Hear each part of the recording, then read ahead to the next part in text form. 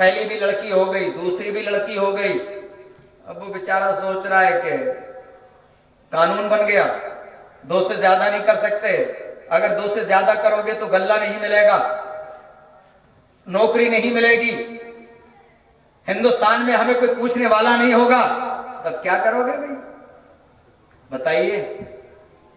اب یا تو الٹرا ساؤنڈ، ایک طرف لکھوا رہے ہو کہ نہیں الٹرا ساؤنڈ کرانا دنڈنیہ اپرادھ ہے، تو اب بیچارے لڑکا حاصل کرنے کے لیے وہ جائیں گے الٹرا ساؤنڈ کرائیں گے، 2-4 ہزار روپے دیں گے اور اس کے بعد ایمورشن کرائیں گے، یہ بھی تو ظلم ہے۔ تو میرے بھائیوں، جو ایشور نے، جو بھگوان نے، جو اللہ نے جو سسٹم بنایا ہے اس کے خلاف لوگ کرنے کی کوشش کرتے ہیں، جو کہتے ہیں ارے ایک بیوی سے تو 10 بچے یہ لوگ کر دیتے ہیں، پھر قرآن اوپر سے کہتا ہے 2 کرو، 3 کرو، 4 کرو۔ میرے بھائیوں، اللہ رب العالمین نے انسانوں کی ضرورت کو سامنے رکھتے ہوئے 2 3 4 کا بھی تذکرہ کیا ہے۔ میرے بھائیوں، عورتیں گھروں پہ رہتی ہیں، مرد باہر نکل کر کے جاتے ہیں، کتنے مرد ختم ہو جاتے ہیں، گھر پر لوٹ کر کے نہیں آ پاتے ہیں۔ ایسی عورتوں کو اپنانے کے لیے، صحیح جگہ پر رکھنے کے لیے، ان کی زندگی کو بھی سفل بنانے کے لیے اللہ رب العالمین نے یہ نظام رکھا ہوا ہے۔ اور پھر آدمی کے اندر جو ایک نفس کی خواہش کے پورا کرنے کی جو طاقت اور قوت رکھی ہے، وہ بیک وقت کئی عورتوں کا حق ادا کر سکتا ہے۔ اور پھر اور بھی بہت ساری چیزیں ہیں، میں یہاں اس کی طرف نہیں جانا چاہتا، لیکن انسانوں کی ضرورت کے مطابق اللہ جانتا ہے ہماری ضرورتوں کو، اس لیے اللہ رب العالمین نے یہ حکم دیا ہے۔ لیکن حکم یہاں دینے کا مقصد ضروری والا نہیں ہے، یہ اجازت والا ہے کہ اگر کوئی 2 کرنا چاہے تو کر سکتا ہے، 3 کرنا چاہے تو کر سکتا ہے، 4 کرنا چاہے تو کر سکتا ہے، اس سے زیادہ امت کے لیے اجازت نہیں ہے۔ تو یہاں اصل بات پہ آتے ہیں، اگر کسی کے یہاں 2 بیویاں ہوں، اس کو کیا کرنا چاہیے؟ بیویوں کے درمیان میں انصاف کرنا چاہیے۔ کبھی ہوتا ہے نا، بھائی ختم ہو گیا، اب دوسرا بھائی شادی شدہ ہے، لیکن چلو بھابج کو بھی اپنا لیتے ہیں، ہو جاتا ہے، یہ اللہ جانتا ہے ضرورت کو۔ لیکن اگر ہم نے اپنا لیا، اگر نکاح کر لیا، تو ہماری ذمہ داری یہ ہے کہ ہم دونوں بیویوں کے درمیان میں سمانتا کریں، خرچہ دینے میں، ان کا حق ادا کرنے میں، ان کے ساتھ میں ٹائم پاس کرنے میں حق ادا کریں۔ اسی لیے اللہ رب العالمین نے ایسے لوگوں کو منع کر دیا 2 3 4 شادیاں کرنے سے جو انصاف نہ کر سکیں۔ اللہ نے فرمایا فَإِنْ خِفْتُمْ أَلَّا تَعْدِلُوا فَوَاحِدَةً، اے لوگوں اگر تم خوف کھاؤ، اگر تم ڈرو کہ تم انصاف نہیں کر سکتے ہو، فَوَاحِدَةً، تو ایک ہی شادی کر لیا کرو، ایک ہی نکاح کر لیا کرو۔ معلوم یہ ہوا کہ اگر کئی بیویاں ہیں تو ان کے درمیان میں انصاف کرنا یہ ہماری ذمہ داری ہے۔ اب ذرا بچوں کی طرف چلتے ہیں، بچوں میں انصاف کرنا، اگر مسجد سے یا ممبر سے یا اسٹیج سے والدین کے تعلق سے جب تقریر ہوتی ہے تو ہمارے بزرگ، ہماری زیادہ عمر کی مائیں بہت خوش ہوتی ہیں، ہاں دیکھیے آج تقریر ہوئی ہمارے من کی۔ بچے نافرمانی کرتے ہیں، بچے ماں باپ کی بات نہیں مانتے ہیں، میرے بھائیوں اس بات پر خوش ہوتے ہیں، لیکن ہم بھی بہت سارے ایسے ماں باپ ہیں، ایسے گارجینز ہیں جو اپنے بچوں کے درمیان میں انصاف نہیں کرتے ہیں۔ بچوں کے درمیان میں انصاف، جائیداد دینے میں یا پیسہ خرچ کرنے میں، بچوں کے درمیان میں بھی انصاف کرنا یہ ہماری رسپانسبلٹی ہے، ہماری ذمہ داری ہے۔ حضرت نعمان ابن بشیر رضی اللہ تعالیٰ عنہ کہتے ہیں اللہ کے نبی جناب محمد رسول اللہ صلی اللہ علیہ وسلم مسجد نبوی کے اندر بیٹھے ہوئے تھے، ہمارے ابا میرے والد بشیر مجھے لے کر کے اللہ کے نبی کی خدمت میں پہنچے۔ اللہ کے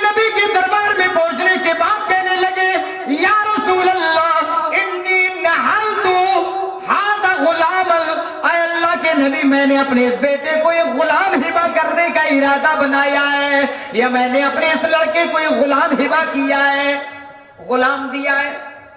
پہلے انسانوں کو ہی بیچا جایا کرتا تھا تو غلام ہوا کرتے تھے، شریعت نے آزاد کر دیا، رسول اللہ صلی اللہ علیہ وسلم نے غلاموں کو آزاد کرنے کا حکم دیا۔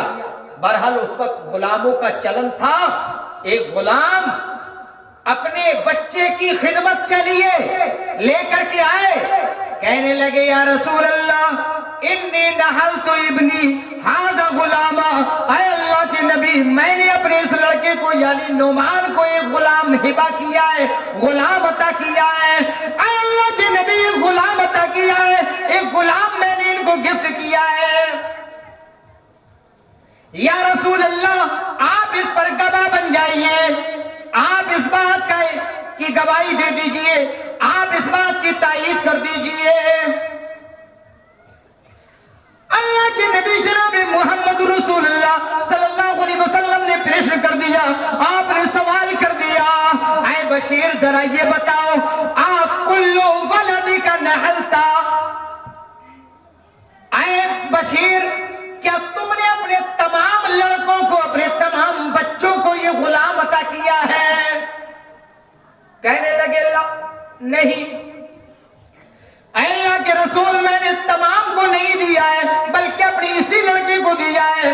اللہ کے نبی نے فرمایا فرجعہ، اس کو واپس کر لو، لوٹا لو، یہ مناسب نہیں ہے کہ تم اپنے بچوں کے ساتھ میں نا انصافی کرو۔ ایک بچے کو تم غلام دے رہے ہو اور دوسرے بچوں کو نہیں دے رہے ہو، یہ نا انصافی ہے، اور نا انصافی پر رسول اللہ صلی اللہ علیہ وسلم گواہ بن جائیں، ایسا ہرگز نہیں ہوگا۔ لہذا اے بشیر اس غلام کو جو تم نے اپنے لڑکے کو دیا ہے اس کو واپس کر لو، یہ نا انصافی ہوگی۔ آج ہماری سوسائٹی کے اندر ایک بڑا لڑکا ہے، ایک بیچ کا ہے، ایک چھوٹا ہے، تو جائیداد جب بانٹتے ہیں تو بہت سارے ماں باپ اپنے چھوٹے بچے کو زیادہ دینے کی کوشش کرتے ہیں یا قیمتی جگہ دینے کی کوشش کرتے ہیں۔ کہیں روڈ پر جگہ پڑی ہوئی ہے، چلو یہ چھوٹے بچے کی ہے، اب اندر سے بڑے بڑے گھٹ رہے ہیں، یہ ہمارے باپ نے کیا کیا، یہ تو ناانصافی کر دی۔ بتائیے چاہے بڑا بچہ ہو، چاہے مجلا یعنی بیچ کا بچہ ہو، چاہے چھوٹا بچہ ہو، سب کے ساتھ میں سمانتا اور انصاف کرنا یہ ضروری ہے۔ ناانصافی یہ شریعت کو پسند نہیں ہے۔ اللہ کے نبی صلی اللہ علیہ وسلم نے ایک دوسری حدیث کے اندر فرمایا فَاتَّقُوا اللَّهَ فِي أَوْلَادِكُمْ وَعْدِلُوا فِيهِمْ، اے لوگو تم اپنی اولاد کے بارے میں ڈرتے رہا کرو، ان کے ساتھ میں انصاف کیا کرو، انصاف نہ کرنے کے بارے میں غور کرو، اللہ رب العالمین سے ڈرو۔ لہذا بچوں کے درمیان میں جائیداد تقسیم کرنی ہو یا کوئی اور معاملہ ہو، انصاف کرنا چاہیے بچوں کے درمیان میں، ورنہ کل قیامت کے دن اس چیز کا سوال کیا جائے گا اور یہ ناانصافی ہوگی، اور ناانصافی کرنا اسلام کے اندر بالکل جائز نہیں ہے۔ آئیے ذرا محبت کرنے میں، چھوٹے چھوٹے بچے ہوتے ہیں، ایک طرف لڑکا ہے ایک طرف لڑکی ہے، ایک طرف چھوٹی بیٹی ہے ایک طرف چھوٹا بیٹا ہے، محبت دینے میں بھی ناانصافی کر جاتے ہیں۔ حضرت انس رضی اللہ تعالیٰ عنہ کہتے ہیں رسول اکرم جناب محمد رسول اللہ صلی اللہ علیہ وسلم کے پاس ایک آدمی بیٹھا ہوا تھا، ایک صحابی بیٹھا ہوا تھا، اچانک اس کا ایک چھوٹا سا لڑکا دوڑتا ہوا آیا اور اپنے باپ کی گود میں جا کر کے بیٹھنے کی کوشش کرنے لگا، بیٹھنے کا پریاس کرنے لگا۔ اس باپ نے اپنے بیٹے کو پکڑا اور پکڑنے کے بعد اس کی پیشانی پر، اس کے مستک پر چوم لیا، بوسہ دے دیا، چوم لیا، اور چومنے کے بعد اپنی ران پر، اپنے پیر پر بٹھا لیا، اس کو اپنے سے لگا لیا۔ اللہ کے نبی نے یہ منظر دیکھا، آپ نہیں بولے،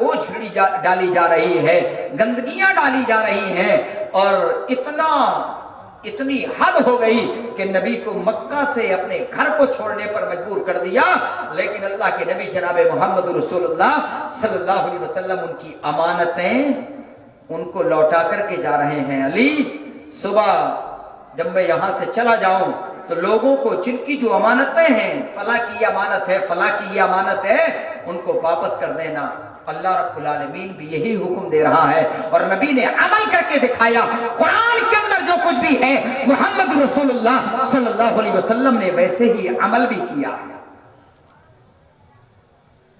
اللہ نے فرمایا ان اللہ یامرکم ان تعدوا الامانات الی اہلها، اے لوگوں جن کی جو امانت ہے تمہارے پاس رکھی ہوئی ہے ان کو تم لوٹا دو۔ وَإِذَا حَكَمْتُمْ بَيْنَ النَّاسِ ان تحکموا بالعدل، اے لوگوں، اور جب تم لوگوں کے درمیان میں انصاف کرو، جب لوگوں کے درمیان میں فیصلے کیا کرو تو انصاف کے ساتھ میں فیصلے کیا کرو، عدل کے ساتھ میں فیصلے کیا کرو، ظلم نہ ہو، نہ انصافی نہ ہو، انصاف کے ساتھ میں فیصلے کیا کرو، انصاف کے ساتھ فیصلے کیا کرو۔ آج تو دولت، روپی اور پیسے کا دور ہے، آدمی سیدھے پولیس چوکی جاتا ہے، آدمی تھانے چلا جاتا ہے، کوئی میٹر ہوتا ہے، پہلے یہ بزرگ جانتے ہیں آپس میں ہی لوگ اپنے فیصلوں کو نپٹا لیا کرتے تھے۔ بھائی بھائی کا جھگڑا ہو گیا، زمین اور جائیداد کا جھگڑا ہو گیا، کھیت اور کھلیان کا جھگڑا ہو گیا، چند لوگ بیٹھتے تھے اور بیٹھنے کے بعد ایک دوسرے کی بات کو سچائی کے ساتھ میں سنتے تھے اور سننے کے بعد فیصلے کر لیا کرتے تھے۔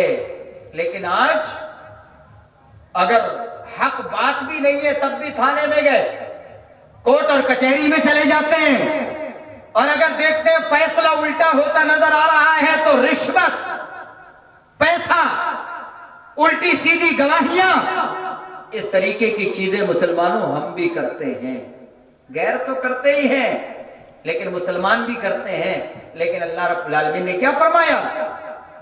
وَإِذَا حَكَمْتُمْ بَيْنَ النَّاسِ أَن تَحْكُمُوا بِالْعَدْلِ، اے لوگوں جب لوگوں کے درمیان میں فیصلہ کیا کرو تو انصاف کے ساتھ میں فیصلہ کیا کرو، عدل کے ساتھ میں فیصلہ کیا کرو،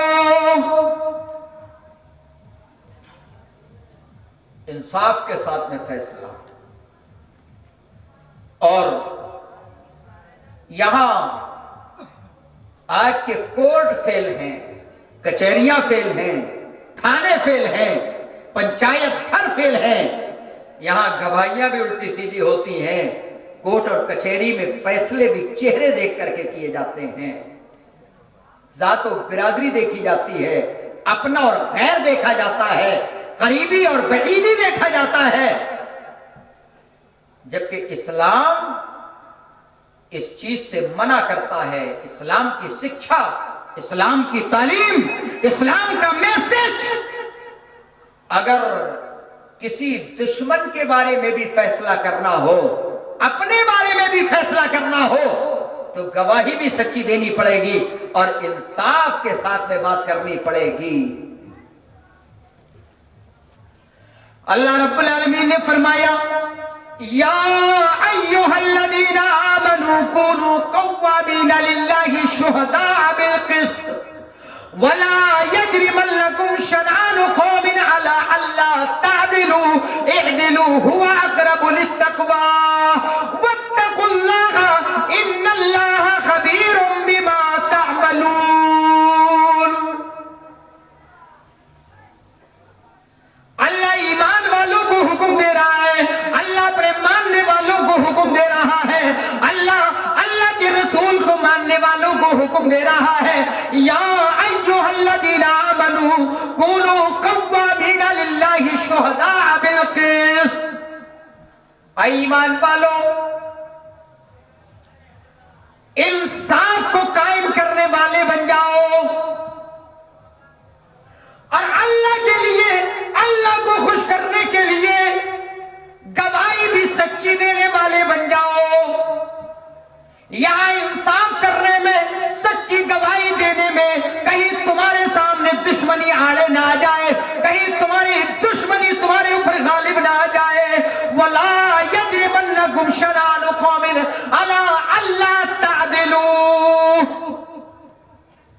کہیں یہ کوشچن نہ جائے کہ یہ تو میرا دشمن ہے. ہو سکتا ہے ایک مسلمان کا معاملہ ہو اور ایک غیر مسلم کا معاملہ ہو.